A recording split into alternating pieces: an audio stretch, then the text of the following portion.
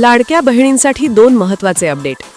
मुख्यमंत्री माझी लाडकी बहीण योजना महिला वर्गामध्ये चांगलीच लोकप्रिय झाली आहे. मात्र गेल्या काही दिवसांपासून लाडक्या बहिणींना मिळणाऱ्या या लाभात अनियमितता आल्याचं दिसून येत आहे. मागील काही महिन्यांमध्ये राज्यात स्थानिक स्वराज्य संस्थांच्या निवडणुका होत्या. या निवडणुकांच्या आचारसंहितेमुळे लाडक्या बहिणींना पैसे मिळण्यास विलंब झाल्याचं पाहायला मिळालं. दरम्यान आता मोठी बातमी समोर आली आहे. ती म्हणजे जानेवारी महिन्यानंतर या योजनेतील महिला लाभार्थ्यांना या योजनेचे पैसेच मिळाले नव्हते. मात्र सरकारने आता मोठा निर्णय घेतला आहे.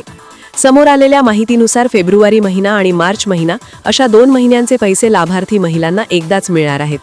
नव्या आर्थिक वर्षाच्या सुरुवातीलाच म्हणजे एप्रिलच्या पहिल्या आठवड्यात लाडक्या बहिणींच्या खात्यामध्ये 3,000 रुपये जमा होण्याची शक्यता समोर येत आहे. एप्रिल महिन्यामध्ये लाभार्थी महिलांच्या बँक खात्यात 3,000 रुपये जमा होण्याची शक्यता आहे. दुसरी महत्त्वाची अपडेट म्हणजे ज्या महिलांनी KYC केली आहे मात्र त्यामध्ये काही तांत्रिक चुका झाल्या आहेत, ती चूक सुधारण्यासाठी आता 31 मार्चपर्यंतची मुदत देण्यात आली आहे. या 31 मार्च नंतर ज्या महिलांची KYC राहून गेली आहे किंवा ज्या महिला योजनेसाठी अपात्र ठरल्या आहेत त्यांचा हप्ता बंद होण्याची शक्यता आहे. राज्याच्या अर्थसंकल्पामध्ये या योजनेसाठी भरीव तरतूद करण्यात आली आहे. तसेच ही योजना कधीही बंद होणार नाही, चालूच राहील असंही अर्थसंकल्प सादर करताना मुख्यमंत्री देवेंद्र फडणवीस यांनी